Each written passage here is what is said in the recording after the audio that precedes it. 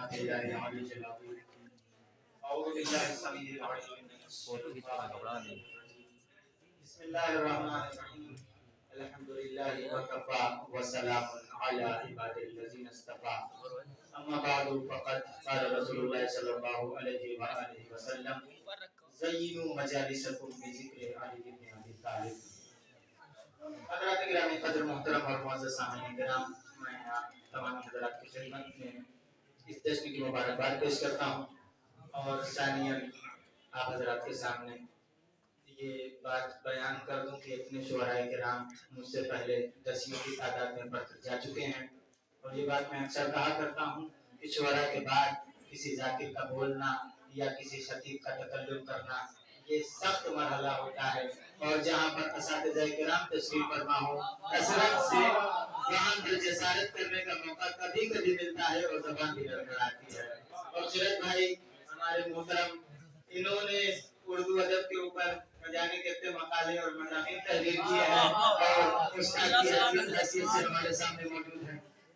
اور آپ دیکھیں کہ شاعر کا جو کلام ہوتا ہے وہ دل کے اندر تک سرایت کر جاتا ہے اور اس سے وہ جذابیت پائی جاتی ہے کہ جو ذاکر اور خطیب کی باتوں میں نہیں پائی جاتی۔ میں یہی شاعری آپ تک سمجھا دوں، پھر اس کے بعد عزیزان محترم میں اپنی جگہ لے لوں گا۔ یعنی میں یہ کہنا چاہتا ہوں کہ شاعر کا کلام جو ہوتا ہے وہ دل تک جاتا ہے اور سننے والوں کو خوشی اور مسرت محسوس ہوتی ہے۔ ابھی تک ناظم صاحب نے جتنے شعراء کو بلایا، مجھے بلانے سے پہلے انہوں نے جتنے اشعار پڑھے، ابھی تک انہوں نے کسی شاعر کو بلانے سے پہلے اتنے اشعار نہیں پڑھے تھے۔ یعنی اب خطیب کو جب بلایا انہوں نے اپنی شاعری کے ذریعے آواز دی۔ میں 5 منٹ کے اندر بات کو تمام کرنا چاہتا ہوں کہ جو شاعر ہوتا ہے اس کے اندر وہ جذابیت پائی جاتی ہے، اس کے اشعار قلب تک پہنچتے ہیں اور بار بار جتنی بار پڑھا جائے اتنی بار دل میں مسرت محسوس ہوتی ہے۔ لیکن اگر ذاکر ایک بار سے 2 بار، 2 بار سے 3 بار اپنی بات بیان کر دیتا ہے تو پھر وہ مزہ ختم ہو جاتا ہے۔ ابھی میں شعراء کی بھی جس میں سب آپ جانتے ہیں متشاعر کون ہے، شاعر کون ہے، ان تفصیلی بحثوں میں نہیں جانا چاہتا کہ شاعر وہ ہوتا ہے، بس مختصر یوں سمجھیے کہ شاعر وہ ہوتا ہے کہ زبان بھی اسی کی ہوتی ہے، کلام بھی اسی کا ہوتا ہے۔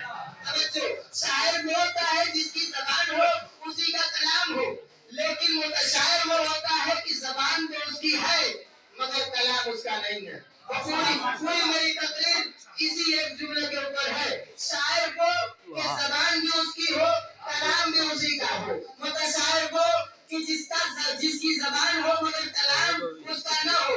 متشاعر وہ کہ جو الفاظ کے نشست و برخاست سے آگاہ نہیں ہوتا، وہ پڑھنا جانتا ہے، اس کا گلا عامر صاحب جیسا ہو یا علی محمد صاحب جیسا، وہ اپنے اشعار پیش کرتا ہے، لیکن شاعر جو ہوتا ہے وہ الفاظ کی نشست و برخاست جانتا ہے۔ وہ یہ جانتا ہے کہ رباعی میں کون سے الفاظ استعمال ہوں گے، وہ یہ جانتا ہے کہ مسدس میں کون سے الفاظ کا استعمال ہوگا، وہ یہ جانتا ہے کہ نوحے میں کون سے الفاظ استعمال کیے جائیں گے، وہ یہ جانتا ہے کہ کون سے الفاظ نوحے مرثیہ اور تمام اصناف سخن میں مشترک ہے۔ یعنی میں یہ کہنا چاہتا ہوں، مختصر یہ سمجھیے کہ متشاعر وہ کی زبان تو اس کی ہے مگر کلام اس کا نہیں ہے۔ شاعر وہ کہ کلام کس کا ہے اسی کی زبان ہے۔ یا اور جب 13 رجب کو خانہ کعبہ میں مولائے کائنات کی ولادت ہوئی تو جناب فاطمہ بنت اسد کو حکم ہوا آپ کعبے کے نزدیک جائیے۔ جب جناب فاطمہ بنت اسد کعبے کے نزدیک گئی تو کعبے کے نزدیک جا کے یہ دعا فرماتی ہے، اے پروردگار میں تجھ پر ایمان رکھتی ہوں، تیرے رسول کو مانتی ہوں، تیری نازل کردہ کتاب پر ایمان رکھتی ہوں، اے پروردگار تجھے واسطہ ہے اس مولود کا کہ جو میرے شکم میں ہے، میری مشکل کو آسان فرما۔ اب یہ بھی ایک موضوع ہے، مولود کیوں کہا؟ جب تک بچہ ماں کے پیٹ میں ہوتا ہے اسے جنین کہا جاتا ہے، جب پیدا ہو جاتا ہے تب مولود کہا جاتا ہے۔ اب جناب فاطمہ نے کہا مولود کا واسطہ، اب جب مولود کا واسطہ کہا حکم پروردگار سے دیوار شک ہوئی، نہیں یہ شعراء کہتے ہیں شک ہوئی۔ شک ہونا انگلش میں کہتے ہیں کریک ہونے کو، ہٹ جانا، حادثاتی طور پہ ہو جانا، اسے شک کہتے ہیں۔ لیکن میں کہتا ہوں دیوار شک نہیں ہوئی تھی، دیوار میں تر بناتا ہوا دیوار میں تر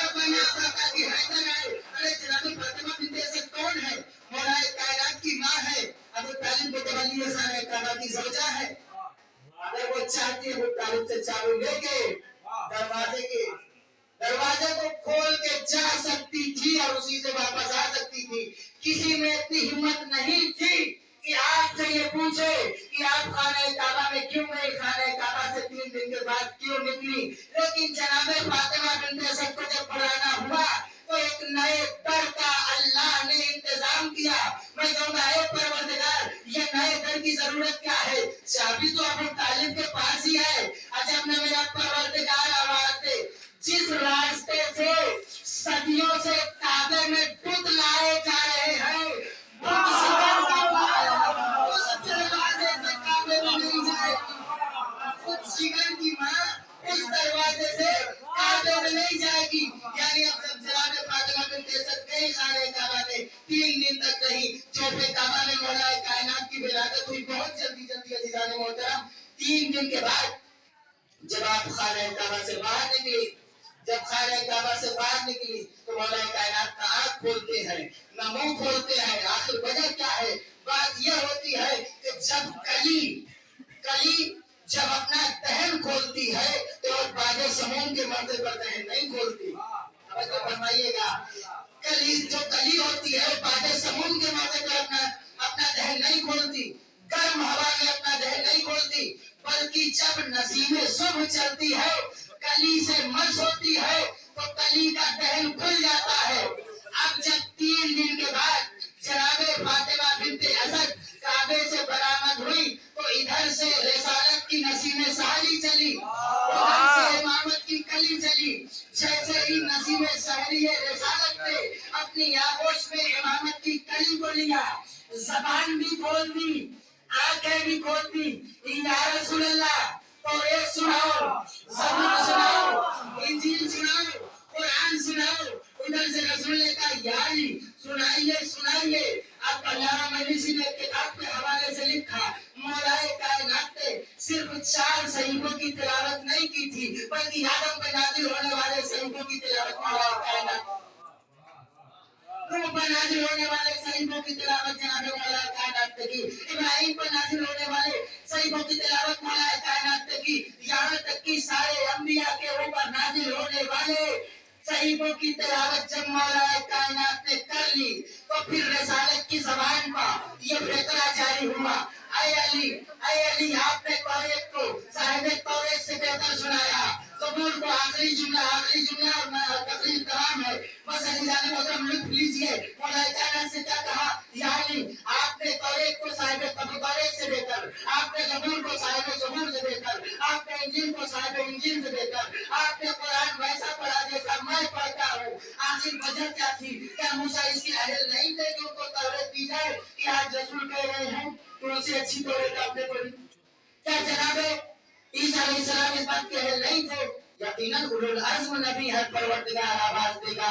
موسیٰ اس بات کے اہل تھے کہ انہیں توریت دی جائے, موسیٰ اس بات کے اہل تھے کہ انہیں توریت دی جائے, عیسیٰ اس بات کے اہل تھے کہ انہیں انجیل دی جائے, داؤد اس بات کے اہل تھے کہ انہیں زبور دی جائے. تو میں کہوں گا اے پروردگار, پھر جب تیرے علی نے یہ بات پڑھی اور ان 4 صحیفوں کی تلاوت کی تو رسول یہ کیوں کہہ رہے ہیں کہ توریت صاحب توریت سے بہتر, زبور صاحب زبور سے بہتر, انجیل صاحب انجیل سے بہتر؟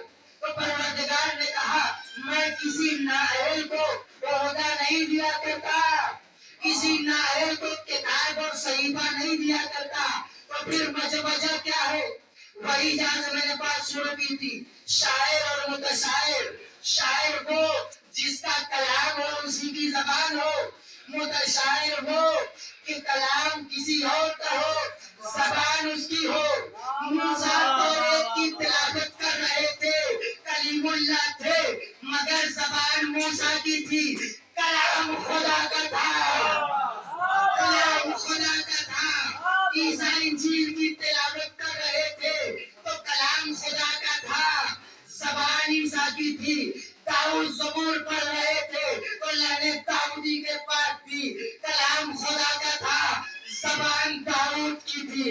لیکن آج جب علی ان 4 صحیفوں کی تلاوت کر رہے ہیں تو کلام اللہ, زبان لسان